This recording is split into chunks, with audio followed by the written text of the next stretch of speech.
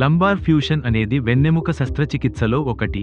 ఇందులో 2 లేదా అంతకంటే ఎక్కువ వెన్నెముక కణాలను ఒకే భాగంగా కలిపి కదలికను తగ్గించడం ద్వారా నొప్పిని తగ్గిస్తారు.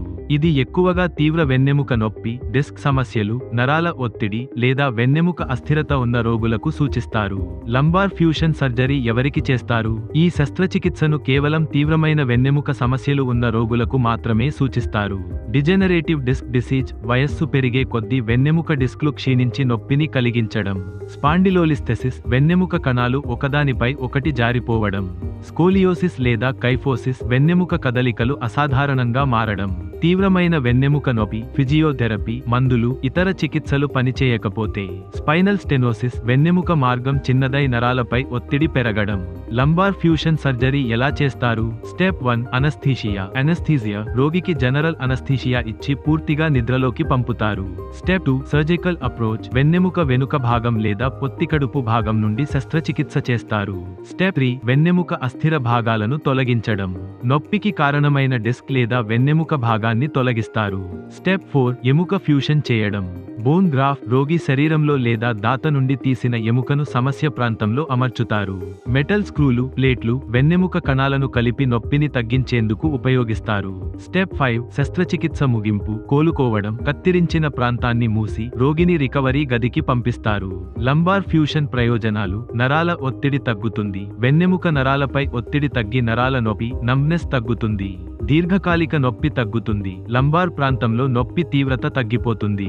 అస్థిరత తొలగిపోతుంది. వెన్నెముక స్థిరంగా మారి భవిష్యత్తులో సమస్యలు రాకుండా ఉంటుంది. జీవనశైలి మెరుగవుతుంది. రోగి మెల్లగా తిరిగి సాధారణ లైఫ్ స్టైల్ మారే అవకాశం ఉంటుంది.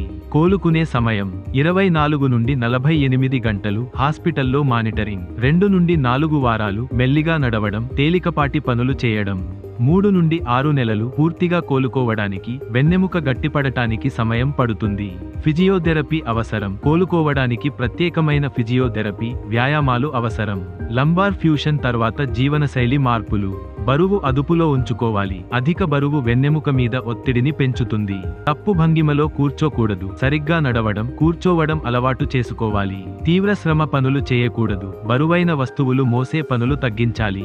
సహజమైన వ్యాయామాలు, యోగా చేయాలి. వెన్నెముక ఆరోగ్యంగా ఉండేందుకు సహాయపడతాయి. లంబార్ ఫ్యూషన్ సర్జరీ సాధారణంగా తీవ్ర వెన్నెముక నొప్పి, వెన్నెముక అస్థిరత ఉన్న రోగులకు మాత్రమే చేస్తారు. సర్జరీ తర్వాత రికవరీకి సమయం పడుతుంది. సరైన ఫిజియోథెరపీ, జీవనశైలి మార్పులతో నొప్పి తగ్గుతుంది. మీరు దీర్ఘకాలిక వెన్నెముక నొప్పితో బాధపడుతున్నారా? ఆలస్యం చేయకుండా ట్రీట్మెంట్ రేంజ్ హాస్పిటల్ను సంప్రదించండి. ఆరోగ్యశ్రీ సదుపాయం కలదు. మీ ఆరోగ్యం మీ చేతుల్లో ఉంది. ఈ వీడియో మీకు యూస్ఫుల్ గా అనిపిస్తే లైక్ మరియు షేర్ చేయండి. మీకు ఎటువంటి సందేహాలు ఉన్నా కామెంట్ రూపంలో మాకు తెలియపరచండి. ఇంకా ఇలాంటివి మరిన్ని తెలుసుకోవాలంటే మా యూట్యూబ్ ఛానల్ను సబ్స్క్రైబ్ చేయడం మర్చిపోకండి. ఆరోగ్యంగా ఉండండి, ఆనందంగా ఉండండి.